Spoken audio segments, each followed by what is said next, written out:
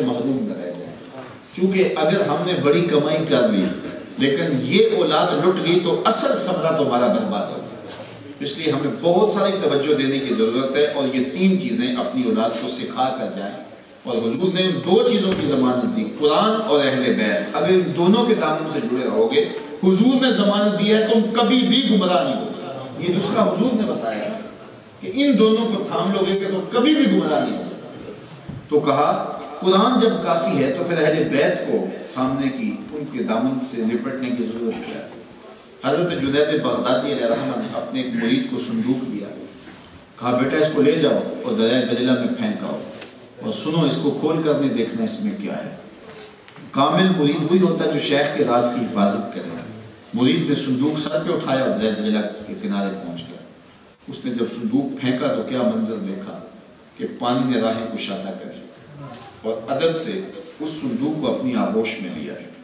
واپس پلٹا تو شیخ سے کہا حضرت یہ منظر میری آنکھیں نہ دیکھتی تو شاید میں کبھی سوال نہ کرتا، لیکن ایک ایسا منظر میری آنکھوں نے دیکھا ہے کہ میرے لیے مہمہ بن گیا۔ مجھے بتائیے اس صندوق میں کیا تھا جس کے لیے پانی نے بھی راہیں چھوڑ دی، اور اگر وہ کوئی اتنی ہی بابرکت شے تھی تو آپ نے پھینکوائی کیوں؟ شیخ فرمانے لگے بیٹے تم نے منظر ایسا دیکھا ہے، جب تک پردہ نہیں اٹھاؤں گا اس راز سے تمہیں چین اور قرار نہیں ملے گا۔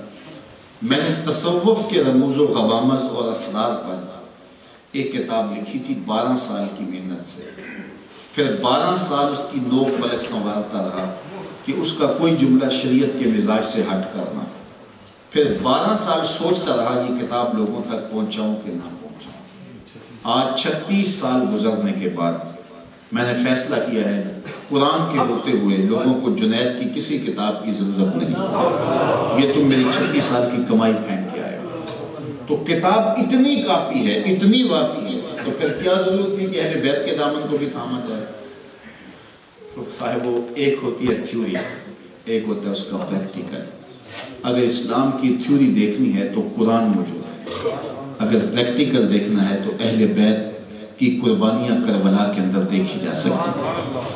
کربلا کے تپتے ہوئے ریگزار میں حسین ابن علی کا کردار دیکھا جا سکتا ہے۔ تو کہا دونوں کے دامن کو تھام لوگے تو کبھی بھی گمراہ نہیں ہوگے۔ جب حضور نے یہ ضمانت دی تھی کہ قرآن اور اہل بیت کو تھام لوگے، میں تمہیں لاوارث اور بے سہارا چھوڑ کے نہیں جا رہا، تم لن تضلوا بعدی، تم میرے بعد کبھی بھی گمراہ نہیں ہوگے۔ ہم 72-73 فرقوں میں کیسے بٹ گئے؟ جب حضور نے ضمانت دی تھی کہ میرے بعد تم کبھی بھی گمراہ نہیں ہوگے، اور ہم گمراہیوں کے گڑھوں میں جا گئے، 72-73 فرقوں میں بٹ گئے۔ تو اس کا جواب یہ ہے کہ حضور نے جو ضمانت دی تھی وہ ایک شرط کے ساتھ دی تھی کہ ان دونوں کے دامن کو تھام لو تو کبھی بھی گمراہ نہیں ہوگے۔ گمراہی تب پھیلی ہے کسی نے قرآن کو چھوڑ دیا، کسی نے اہل بیت نبوت کے دامن کو چھوڑ دیا۔ انہیں مبارک ہو جن کے ایک ہاتھ میں قرآن ہے، ایک ہاتھ میں اہل بیت نبوت کا دامن ہے۔ دونوں کے دامن کو تھامنے والا کبھی بھی گمراہ نہیں ہو سکتا، وہ منزل مقصود پائے گا۔ تو کتاب اللہ اور اہل بیت یہ تھیوری ہے، وَلَنَبْلُوَنَّكُمْ بِشَيْءٍ مِّنَ الْخَوْفِ وَالْجُوعِ وَنَقْصٍ مِّنَ الْأَمْوَالِ وَالْأَنفُسِ وَالثَّمَرَاتِ۔ یہ قرآن کی تھیوری ہے کہ ہم بندوں کو پرکھتے ہیں بھوک سے، پیاس سے، مال، جان، ثمرات کی ضیاء سے۔ ہم بندوں کی آزمائش کرتے ہیں، جس کو بھوکا رکھ کے، پیاسا رکھ کے، ہم ان کو جو ہے وہ اذیتوں میں ڈال کے، تکلیفوں میں مبتلا کر کے، ثمرات ان کے لوٹ کر کے ان کی آزمائش کرتے ہیں۔ یہ تو تھیوری ہے۔ اب پریکٹیکل دیکھنا ہے تو کربلا میں دیکھا جا سکتا ہے، بھوک سے بھی، پیاس سے بھی، مال و جان کی ضیاء سے بھی، اور پھل کو بھی۔ یہ اولاد زندگی کا پھل ہوتا ہے۔ اور پھر فرمایا کہ جو میرے ہوتے ہیں وہ صبر کر کے دکھاؤ۔ اور پھر زمانے نے جو صبر حسین ابن علی نے کیا ہے، زمانے میں اسی کو مثال نہیں ملے گا۔ جتنے دکھ حضرت امام حسین پہ آئے ہیں، اتنے دکھ تو کو ہمالیہ پہ آتے ہیں، اس کا پتا بھی پانی ہو جائے۔ آپ کیا دیکھتے نہیں ہے کسی کا جوان بیٹا فوت ہو جائے، وہ بھی تبھی موت سے فوت ہو تو سارا خاندان، سارا قبیلہ، کنبہ، بستی والے لوگ اس کو تسکین دے رہے ہوتے ہیں، لیکن اس کے باوجود اس کو چین نہیں آ رہا ہوتا۔ جنازہ اٹھتا ہے تو ایک بوڑھے کو 5 آدمی سہارا دے کے قبرستان لے جا رہے ہوتے ہیں۔ میاں یہ کون ہے؟ کہا اسی کا تو نور نظر جو ہے وہ فوت ہوا ہے، اسی کے تو بیٹے کا یہ جنازہ جا رہا ہے۔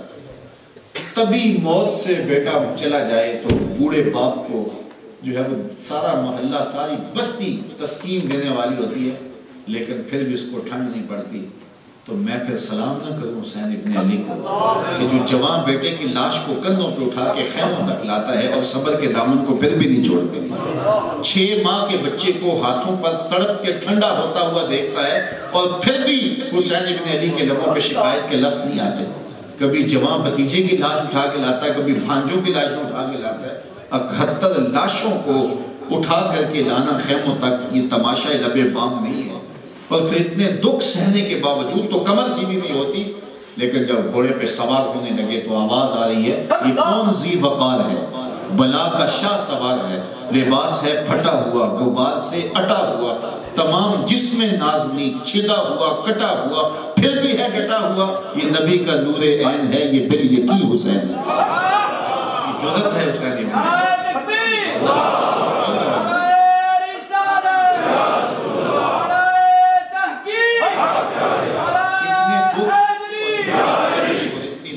تو پتھروں کے کلیجے شک کر رہا ہے، لیکن وہ کیا حوصلہ تھا۔ بلکہ میں نے صبر کی ایک تعریف یہ بھی پڑھی ہے کہ صابر وہ ہوتا ہے جس کے معمولات عبادت قضا نہ ہو۔ پہلی صف میں تکبیر اولیٰ کے ساتھ نماز پڑھنے کی عادت تھی، جوان بیٹا فوت ہو گیا تو جب نماز کا وقت ہوا تو پہلی صف میں کھڑا پایا گیا، آپ کہیں گے بندہ صابر ہے کہ مشکل حالات میں بھی معمول عبادت قضا نہیں ہوا۔ تو صابر کی ایک تعریف یہ بھی ہے جس کے معمولات عبادت قضا نہ ہو۔ اگر صبر کی یہ تعریف مان لی جائے تو پھر ذرا دیکھو 71 لاشیں پڑے ہوئے ہیں، اور محتاط روایات کے مطابق آپ کا جب بعد میں پیراہن اتارا گیا تو 122 سوراخ تیروں کے تھے، 33 زخم تلواروں کے اور 34 گھاؤ نیزوں کے، اور گھوڑے کی زین سے جب فرش زمین پہ آئے صابر ایسا وقت نماز آ گیا سجدہ قضا نہیں ہونے دیا۔ اگر صبر کی یہ تعریف مان لو تو پھر صابر ایسا کہ سجدہ قضا نہیں ہونے دیا، اور آپ جانتے ہیں کہ آپ کا سر انور اس وقت کٹا جب سجدے میں منام عرفات میں ایک حاجی گھوڑے پہ یا اونٹ پہ آ رہا تھا تو وہ گر گیا، اور اس کی جو ہے وہ گردن کی ہڈی ٹوٹ گئی اور اس سے اس کی موت واقع ہو گئی۔ تو حضور کی خدمت میں عرض کیا گیا تو فرمایا اسے احرام میں کفن دے دو، اور کل قیامت کے دن جب اٹھایا جائے گا ملبیاً، لبوں پہ تلبیہ ہوگا، لبیک لبیک پکارتا اٹھایا، چونکہ جس حالت میں گیا اس حالت میں اٹھایا جائے گا۔ تو یہ قانون حضور نے بیان کیا نا، تو پھر حسین ابن علی کا سر تو حشر کے دن سجدے سے اٹھایا جائے گا، کیونکہ سر کٹا ہے سجدے میں، اور پھر جب سر کاٹ کے نیزے کی نوک پہ چڑھایا گیا، پہلی بات تو یہ ہے کہ لشکر یزید سے یہ آواز آئی تم کہتے ہو کہ ہم جیت گئے، یہ سر کیسا ہے جو کٹ کے بھی سر بلند دیے۔ اور پھر سر کو جب نیزے پہ چڑھایا گیا تو کٹی ہوئی گردن کا رخ آسمان کی طرف اور پیشانی کا رخ زمین کی طرف، تو کسی شاعر نے تخیل باندھا بآں کے سر نیزے پہ اور سوئے زمین ہے رو، یعنی سجدہ ثانی کی ہے آرزو۔ رکعت میں 2 سجدے ہوتے، ابھی ایک سجدہ ہوا تھا کہ قاتل نے سر انور کاٹ لیا، حسین ابن علی کی پیشانی میں دوسرے سجدے کی آرزو مچل گئی۔ تو حضرت امام حسین رضی اللہ تعالی عنہ نے قربانی دے کر کے عشق کی ناز رکھی، اور یہاں میں اقبال کا اگر لہجہ اختیار کروں تو کیا کمال کہا اقبال نے، سرخ رو عشق غیور از خون ہو، شوخی ای مصر از مضمون ہو، تا قیامت قطع استبداد کر، موج خون او چمن ایجاد کر۔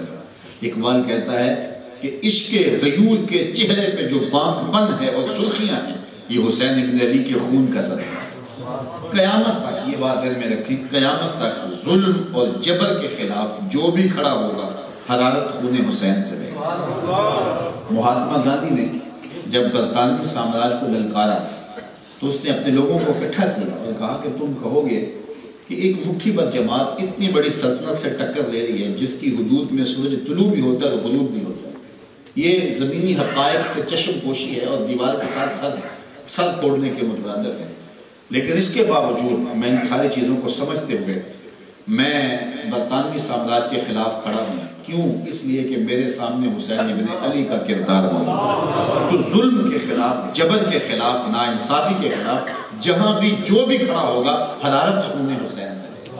اس لیے اقبال نے کہا سرخ رو عشق غیور از خون ہو، شوخی ای مصر از مضمون ہو، تا قیامت قطع استبداد کر، موج خون ہو چمن ایجاد کر۔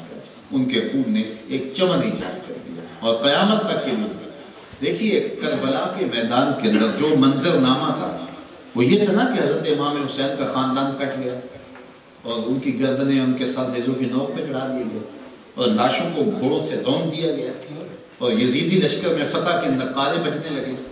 تو بظاہر منظر نامہ یہ تھا کہ حضرت امام حسین کٹ گئے اور یزید بچ گیا، لیکن حقیقت میں یہ تھا کہ امام حسین تو کٹ گئے، حسینیت زندہ باد، یزید تو بچ گیا لیکن یزیدیت کا جنازہ نکل گیا. اور آج تک اگر باقی ہے تو نام حسینی باقی ہے، یزید کا تو ذکر بھی نہیں ہے نا، سوائے دشنام کے یزید کیا باقی رہے گا.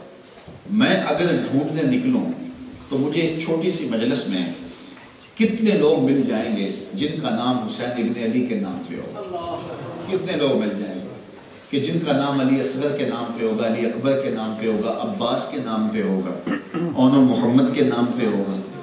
کتنے لوگ مجھے اس چھوٹی سی مجلس میں مل جائیں گے. اور اگر میں ماں اور بہنوں اور بیٹیوں کی طرف سے اگر معلومات میں ہوں تو مجھے زینب نام کی بیٹیاں مل جائیں گی، مجھے فاطمہ نام کی بیٹیاں مل جائیں گی، سغرا نام کی بیٹیاں مل جائیں گی.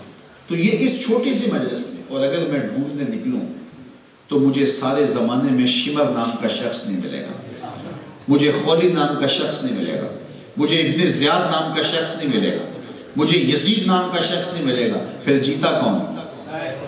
اور کتنی محبتیں تجھے اے فراز چاہیے، اور کتنی محبتیں تجھے اے فراز چاہیے، ماؤں نے تیرے نام پہ بچوں کے نام رکھ دیے. تو یہ اصل شکست اور جو ہے وہ جیت کا معیار یہ ہے. اقبال کہتا ہے جو دلوں کو فتح کر دے وہی فاتح زمان. اور میں یہ کہتا ہوں کہ اگر آپ عمومی انداز بھی لگا لیں تو ہمارے ہاں دیسی دیہاتوں میں ہے کہ جو اکھاڑے میں جمع رہے وہ جیتا ہوتا ہے، جو میدان چھوڑ کے بھاگ جائے وہ ہارا ہوتا ہے. یہی معیار ہے، پانی پت کی لڑائیوں سے لے کے آخر تک یہی معیار قائم